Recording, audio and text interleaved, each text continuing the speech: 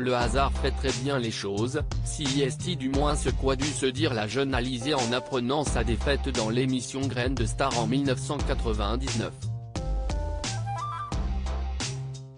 À seulement 15 ans, elle s'apprête à devenir l'une des chanteuses les plus appréciées de sa génération, prise sous l'aile d'une autre artiste mythique, Mylène Farmer. Cette dernière se trouve devant son poste de télévision aux côtés de son compagnon de l'époque et producteur Laurent Boutonnat. Le couple recherche la chanteuse qui pourra interpréter le morceau Moi, Lolita, impossible à chanter pour l'interprète de Libertine, et repère l'évidence chez la jeune Alizée. L'adolescente, dont les parents ont été contactés, fait le voyage en famille à Paris pour rencontrer Mylène Farmer et le producteur.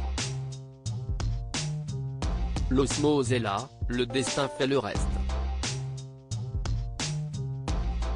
On avait l'impression qu'Alizée avait fait ça toute sa vie, c'était magique et en 15 jours, elle était sur toutes les radios.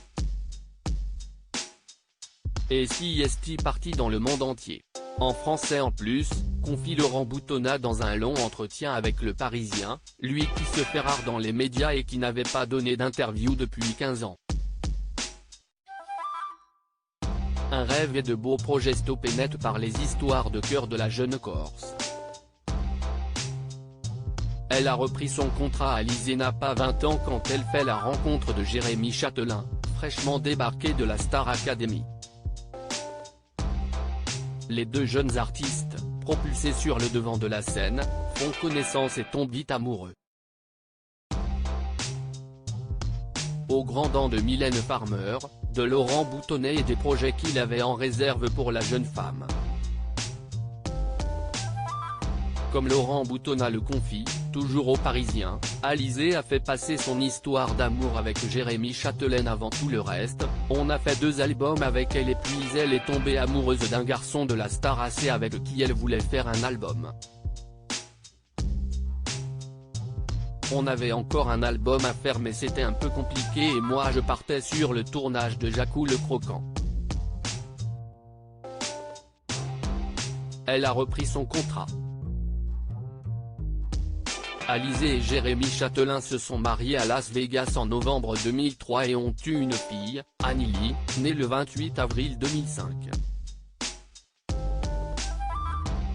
Pour autant, pas d'animosité ni de rancœur entre Alizée, Mylène et le producteur, bien au contraire.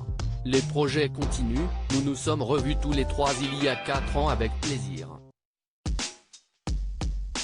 Si est d'ailleurs Alizée et son mari Grégoire Lyonnais, rencontrés sur l'émission Danse avec les stars, qui ont conçu les chorégraphies du premier single de Julia, The Voice Kids, note de la rédaction, que l'on a produit avec Mylène. L'histoire continue de s'écrire.